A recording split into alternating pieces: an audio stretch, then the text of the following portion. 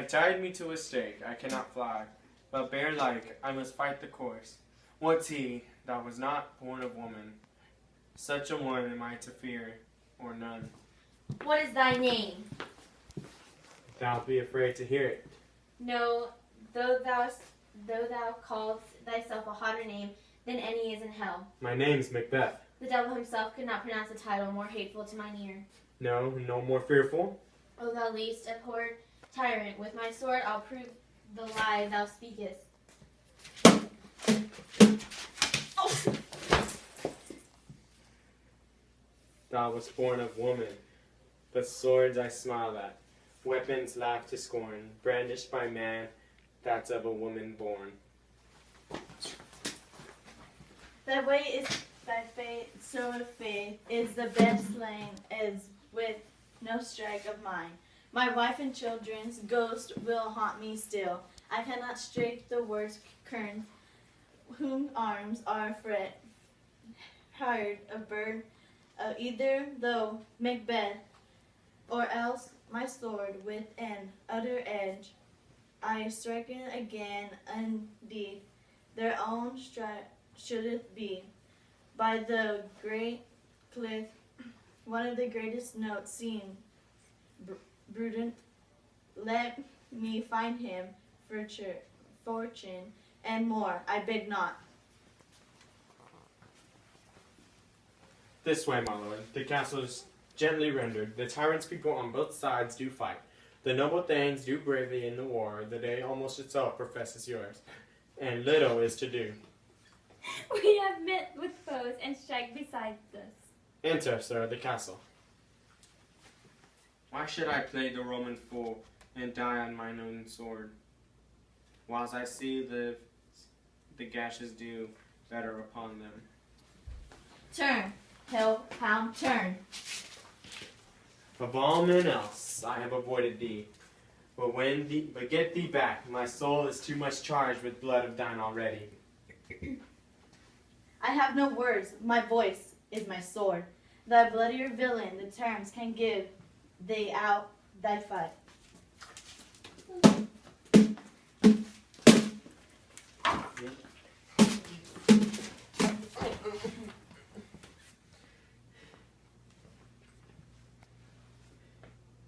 Thou loosest labor, as easy mayst thou the entrenchment air, with the keen sword impress as make me bleed.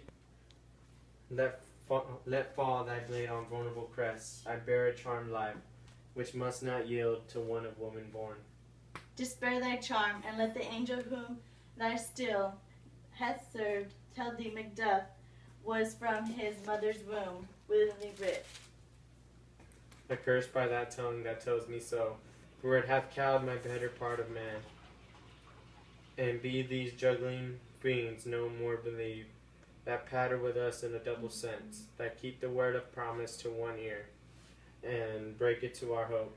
I'll not fight with thee.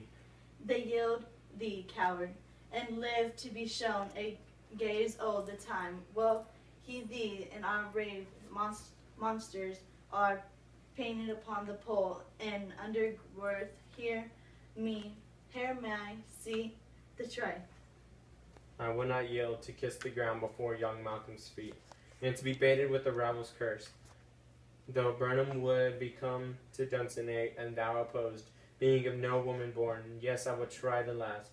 Before my body I throw my warlike shield. Lay on, Macduff, and damned be him that first cries, hold enough. Let the friends we miss were safe arrived. Some must go off, and yet by these I see so great a day as this is cheaply bought. Macduff is missing, and your noble son. Your son, my lord, has paid a soldier's debt. He only lived but till he was a man, the which no sooner had his prowess confirmed in the unshrinking station where he fought, but like a man he died. Then he is dead?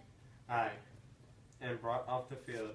Your case of sorrow must not be measured by his worth, for then it hath no end.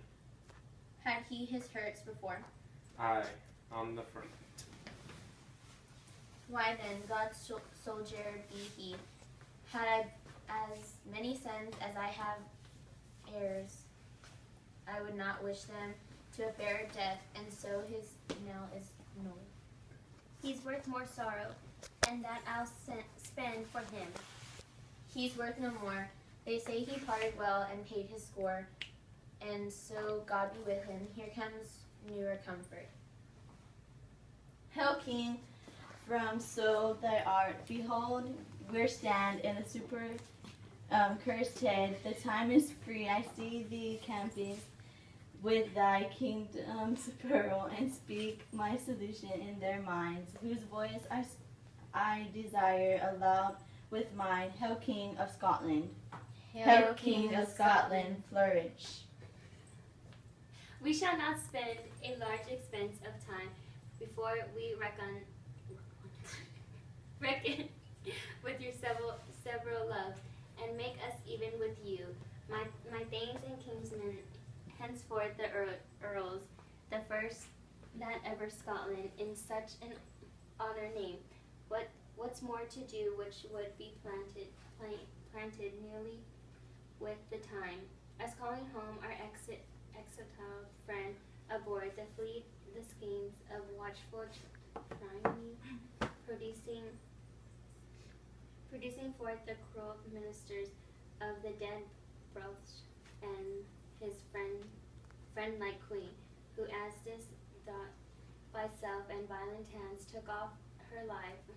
This, what needful else that comes upon us by the grace of grace, we will perform the measured time and place. So thanks to all at once, and to each one, whom we invite to see our crown at scorn's flourish.